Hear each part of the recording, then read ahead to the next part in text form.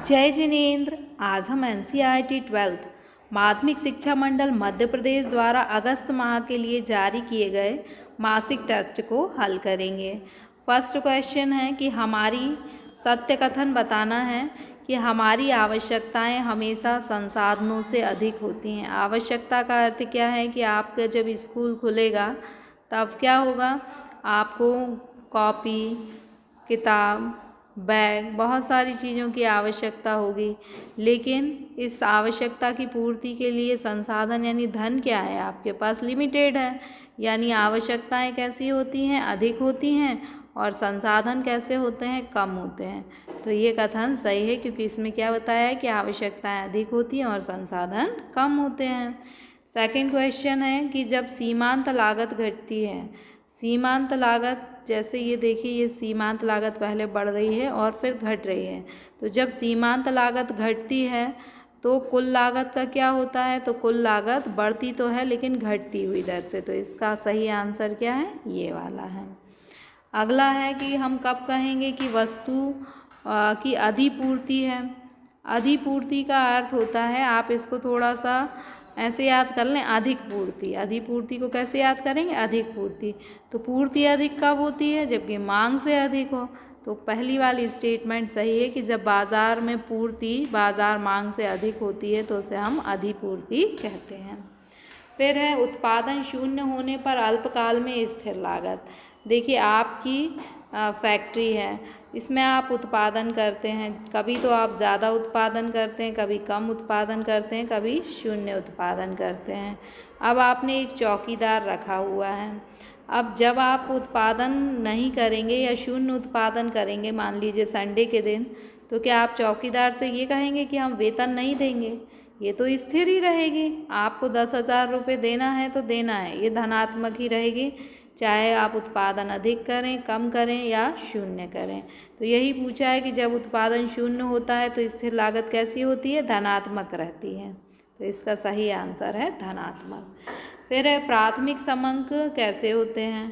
प्राथमिक समंक का अर्थ होता है कि आपसे कहा जाए कि आप जनगणना करिए, तो आप एक एक घर जाते हैं और एक व्यक्ति से जाकर जानकारी लेते हैं और उसको लिखते हैं। तो आपने जो भी कुछ लिखा हुआ है वो कैसा होगा, मौलिक होगा, नया होगा। तो यही क्या है, प्राथमिक समंक। जब हम खुद आंकड़ों को एकत्रित करते हैं तो प्राथमिक समंक कैसे होते हैं, मौलिक होते हैं। तो आपका आंसर है ये और ये आपके आंसर हैं। अब अगला क्वेश्चन है, आदर्शक आर्थिक विश्लेषण किसे कहते हैं।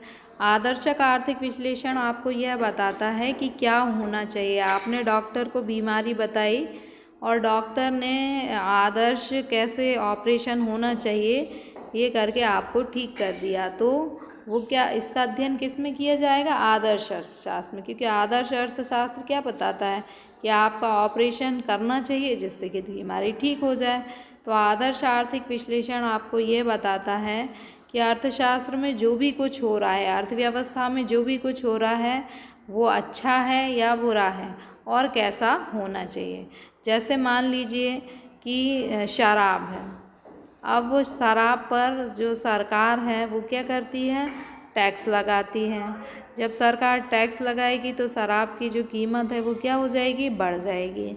अब आप बताइए कि शराब पर टैक्स लगाना जो है अच्छा है या बुरा है। तो आप कहेंगे अच्छा है, क्योंकि यदि कीमत बढ़ जाएगी तो उपभोक्ता जो है उसका उपभोग कम करेंगे, समाज में बुराइयां कम होंगी। तो इसका अध्ययन आदर्श अर्थशास्त्र में होगा, क्योंकि इसमें हम ये बताएंगे कि शराब जो है उसका उपभोग करना बुरा है और सरकार को इस पर टैक्स लगाना चाहिए। जहाँ भी चाहिए की बात होती है वहाँ पर हम किसकी बात करते हैं, आदर्श अर्थशास्त्र की बात करते हैं। अगला क्वेश्चन है, उत्पादन फलन किसे कहते हैं। उत्पादन फलन एक निश्चित समय अवधि में उत्पत्ति के साधनों तथा उत्पादन की भौतिक मात्रा के मध्य फलनात्मक संबंध को बताता है। देखिए, इसे आप कैसे याद करेंगे। जैसे मान लीजिए कि आपने थोड़ी सी भूमि और कुछ श्रमिकों का प्रयोग कर इतना उत्पादन किया, तो यही क्या है, उत्पादन फलन। तो आप क्या लिखेंगे, ये क्या है, उत्पत्ति के साधन, और इनका प्रयोग कर कर आपने क्या किया, उत्पादन। तो उत्पादन फलन क्या बताता है, उत्पादन के साधन और उत्पादन की मात्रा के मध्य फलनात्मक संबंध को बताता है। फलनात्मक यानी इतने साधनों के प्रयोग का फल क्या होगा, इतना उत्पादन होगा। तो उत्पादन फलन क्या बताता है कि एक निश्चित समय अवधि में, टी मतलब टाइम, निश्चित समय अवधि में उत्पत्ति के साधन तथा उत्पादन की मात्रा के मध्य फलनात्मक संबंध को बताता है। अब ये जो साधन हैं इन्हें हम कहते हैं आगत, और जो उत्पादन होता है उसे हम क्या कहते हैं, निर्गत। तो उत्पादन फलन को दूसरे शब्दों में आप क्या लिख सकते हैं कि यह आगत और निर्गत के मध्य फलनात्मक संबंध को बताता है। अब उत्पादन फलन को हम फॉर्मूले में यदि लिखें तो QX/F/KL। QX मतलब उत्पादन के किसके सहयोग से होगा, K और L भूमि और श्रमिकों के सहयोग से उत्पादन होगा। तो आपका उत्पादन फलन का फॉर्मूला क्या हो जाएगा, ये कि आपने इन दोनों का प्रयोग किया तो इतना उत्पादन हुआ। तो उत्पादन फलन का संबंध उत्पादन की भौतिक मात्रा से होता है, उसकी कीमत से नहीं। आपने इतने साधनों का प्रयोग करके कितना उत्पादन किया उससे मतलब है इसकी कितनी कीमत है, इसका उत्पादन फलन में अध्ययन नहीं किया जाता। और इसमें क्या होता है कि ये मान लिया जाता है कि उस समय अवधि में तकनीकी दशाएं क्या हैं, स्थिर हैं। वैसे आपका 2 नंबर का क्वेश्चन है तो आप केवल इतना भी लिखेंगे तो आपको 2 नंबर मिल जाएंगे। ये आपको आगे समझाने के लिए, आगे हाफ ईयरली एग्ज़ाम या किसी में बड़ा क्वेश्चन आए तो उसके लिए दिया है। आपको अभी 2 नंबर में केवल इतना लिखना है। पैमाने के प्रतिफल किसे कहते हैं? पैमाने का प्रतिफल का अर्थ होता है कि जैसे मान लीजिए कि आप कुछ भूमि और एक श्रमिक की सहायता से इतना उत्पादन कर रहे थे। अब आपने क्या किया, आप उत्पादन बढ़ाना चाहते हैं तो आपने इतनी भूमि का प्रयोग किया और श्रमिकों की संख्या को भी बढ़ा दिया, तो आपका उत्पादन भी क्या हो गया, बढ़ गया। तो इसे हम क्या कहेंगे, पैमाने का प्रतिफल। यानी आपने साधनों को बढ़ाया और परिणाम स्वरूप उत्पादन भी बढ़ गया।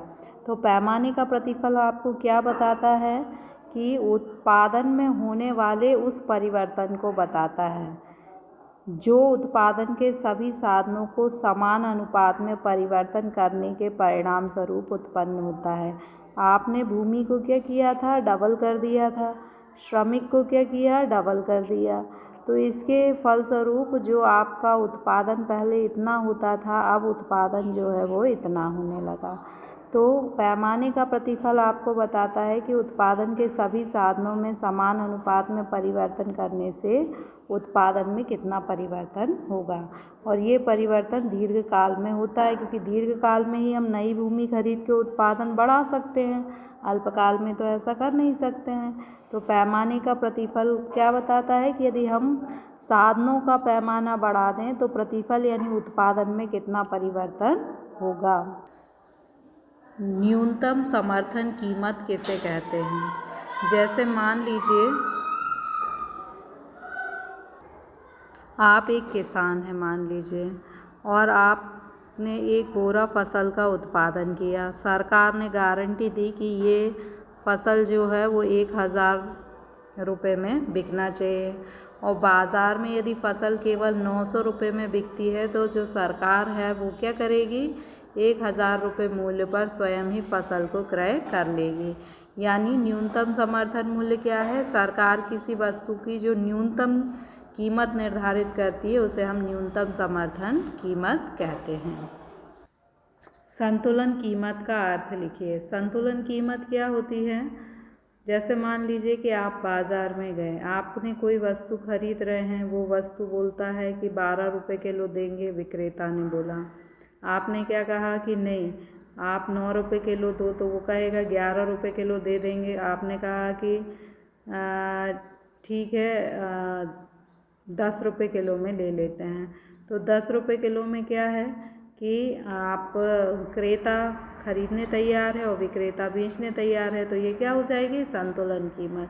और ये सब कीमत या तो 10 से अधिक थी या कम थी, इसलिए खरीदी बिक्री नहीं हो पा रहे थे। तो संतुलन कीमत क्या होती है? जहाँ पे मांग और पूर्ति दोनों कैसी होती हैं? बराबर होती है। डिमांड और सप्लाई बराबर है। कीमत यदि कम होती है तो क्रेता ज़्यादा खरीदने तैयार होता है, कीमत यदि अधिक होती है तो विक्रेता ज़्यादा बेचने तैयार होता है। लेकिन कीमत यदि संतुलित होती है तो मांग और पूर्ति कैसी हो जाती हैं? दोनों आपस में बराबर हो जाती हैं। यहाँ विक्रेता खरीदने और विक्रेता बेचने के लिए तैयार होता है, दोनों की मात्राएं समान होती हैं। स्थानापन्न वस्तुएं क्या होती हैं? ऐसी दो वस्तुओं के उदाहरण दीजिए जो एक दूसरे की स्थानापन्न है। स्थानापन्न वस्तु का मतलब है कि आपको मान लीजिए कि सुबह चाय पीने की आदत है, चाय बहुत महंगी मिले या ना मिले तो अब आप क्या करेंगे? आप चाय की जगह कॉफ़ी पी लेंगे। तो ये दोनों क्या है? एक दूसरे की स्थानापन्न वस्तु हैं, एक दूसरे के स्थान पर इनका प्रयोग किया जा सकता है। तो स्थानापन्न नाम से ही स्पष्ट है कि एक दूसरे के स्थान पर प्रयोग। स्थानापन्न वस्तुएं वह वस्तुएं होती हैं जिन्हें एक दूसरे के स्थान पर प्रयोग किया जा सकता है, जैसे चाय, कॉफ़ी, चीनी, बूरा, कोक, पेप्सी, ये सब क्या है? स्थानापन्न वस्तुएं हैं, यानी इनका एक दूसरे के स्थान पर प्रयोग किया जा सकता है। फिर स्थानापन्न वस्तुओं में से एक वस्तु की कीमत और दूसरी वस्तु की मांग में धनात्मक संबंध होता है। धनात्मक संबंध का अर्थ है कि यदि मान लीजिए कि चाय जो है उसकी कीमत बढ़ जाए तो अब कॉफ़ी की जो मांग है वो बढ़ेगी या घटेगी? जो चाय पीने वाले लोग हैं वो भी क्या करेंगे? अब कॉफ़ी पीने लगेंगे, यानी कॉफ़ी की मांग बढ़ जाएगी। चाय की कीमत बढ़ने पर कॉफ़ी की मांग क्या हुई? बढ़ गई। तो इन दोनों में एक दूसरे के मतलब एक वस्तु की कीमत बढ़ी और दूसरी वस्तु की मांग बढ़ी, तो दोनों में कैसा संबंध है? धनात्मक, क्योंकि दोनों चीज़ें बढ़ रही हैं। और इसके विपरीत भी होता है कि यदि एक वस्तु की कीमत घट जाती है तो दूसरी वस्तु की मांग भी घट जाती है। अल्पकाल एवं दीर्घकाल की संकल्पना को समझाइए। अल्पकाल वह समय अवधि है जिसमें उत्पादन के कुछ साधनों को स्थिर और कुछ साधन परिवर्तनशील होते हैं। देखिए, अल्पकाल क्या होता है कि मान लीजिए कि आप उत्पादन बढ़ाना चाहते हैं, ये आपकी भूमि है, पहले एक श्रमिक काम कर रहा था, फिर दूसरा, तीसरा, आप ऐसे श्रमिकों को बढ़ाते गए। तो आपने भूमि को तो स्थिर रखा, क्योंकि कम समय में आप भूमि तो नहीं ला नहीं सकते, तो उत्पादन बढ़ाने के लिए क्या करेंगे? आप श्रमिकों की संख्या को बढ़ाएंगे। यानी कुछ साधन अल्पकाल में कैसे होते हैं? स्थिर होते हैं, और कुछ साधन जो हैं वो परिवर्तनशील होते हैं। दूसरी लाइन है आपकी कि इस अवधि में फर्म केवल परिवर्तनशील साधनों में परिवर्तन करके उत्पादन को बढ़ा सकती है। यानी आप भूमि को स्थिर रख रहे हैं, ये स्थिर साधन है। केवल श्रमिक जो कि परिवर्तनशील साधन है उसकी संख्या को बढ़ाकर आप उत्पादन को बढ़ाने का प्रयास करते हैं। तो अल्पकाल क्या होता है? अल्पकाल वह समय अवधि होती है जिसमें कुछ साधन स्थिर होते हैं और कुछ साधन परिवर्तनशील होते हैं, और इस अवधि में केवल परिवर्तनशील साधनों की संख्या में वृद्धि करके उत्पादन को बढ़ाने का प्रयास किया जाता है। तो ये आपका अल्पकाल हुआ। अब इसमें ये नीचे और भी कुछ लिखा हुआ है जो कि 3 नंबर में आना है, तो इतना ही सफिशियंट है, इसको हम छोड़ देते हैं। अब है दीर्घकाल क्या होता है? दीर्घकाल वह समय अवधि है जिसमें उत्पादन के सभी साधन परिवर्तनशील होते हैं। सभी साधन परिवर्तनशील होते हैं का अर्थ है कि दीर्घकाल में आप क्या कर सकते हैं? एक भूमि के साथ साथ दूसरी भूमि भी खरीद सकते हैं, श्रमिकों की संख्या को भी जितना चाहे उतना बढ़ा सकते हैं।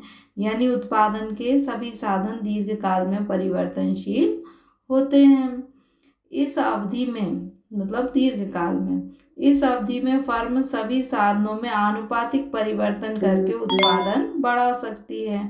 आनुपातिक परिवर्तन का अर्थ है कि सभी साधनों में बराबर मात्रा में परिवर्तन। यदि आपने भूमि को डबल किया है, मान लीजिए आपने भूमि को डबल किया है, तो आप श्रमिकों को भी क्या कर देंगे? डबल कर देंगे। तो ये आपका दीर्घकाल है। इसमें और कुछ भी लिखा हुआ है, इसको आप बड़े क्वेश्चन में लिखेंगे, इसलिए हम अभी छोड़ दें, क्योंकि 3 नंबर में आपको केवल ये इतना सा लिखना है। अल्पकालीन सीमांत लागत वक्र यू आकार के क्यों होते हैं? देखिए, मान लीजिए कि आपकी भूमि बड़ी है और आप उस पर एक श्रमिक से कार्य करवाते हैं, तो उससे क्या होगा कि उत्पादन कम होगा। यदि आप श्रमिकों की संख्या बढ़ाते जाते हैं, वैसे वैसे उत्पादन बढ़ता जाएगा, क्योंकि भूमि का अच्छे से प्रयोग होने लगेगा। तो उत्पादन बढ़ने से आपकी प्रति इकाई लागत क्या हो जाएगी? कम हो जाएगी। तो ये लागत वक्र नीचे की ओर जा रहा है, क्योंकि लागत घट रही है। लेकिन भूमि आपकी इतनी ही बड़ी है कि 3 श्रमिक ही काम कर सकते हैं।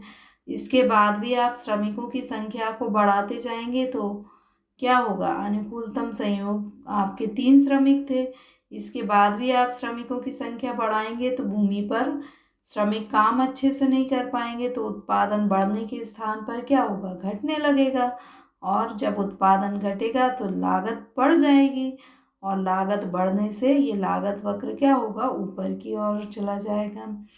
यानी शुरू में क्या हो रहा था, जब आप श्रमिकों की संख्या बढ़ा रहे थे तो भूमि का अच्छे से प्रयोग हो रहा था। जैसे मान लीजिए कि आपने भूमि में एक कुआं खुदवाया है, चाहे आप एक श्रमिक से काम करवाएं, कम उत्पादन करें, तब भी कुएं की लागत तो उतनी है, और चाहे आप 2 श्रमिक और 3 श्रमिकों से ज़्यादा उत्पादन करवाएं, तब भी कुएं की लागत उतनी है।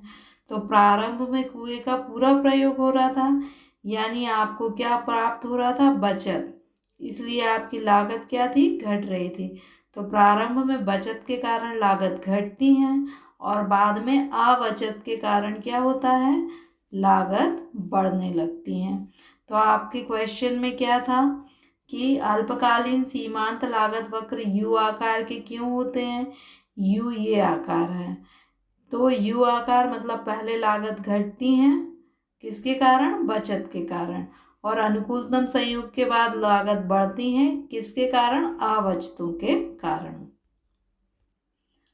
क्वेश्चन नंबर 5 को करने से पहले क्वेश्चन नंबर 4 जो है, आपको उसकी डिस्क्रिप्शन बॉक्स में लिंक मिलेगी, उससे आपको आंसर मिलेगा। उसमें 5 पॉइंट है, आप 3 पॉइंट याद करेंगे, क्योंकि 3 नंबर का क्वेश्चन है।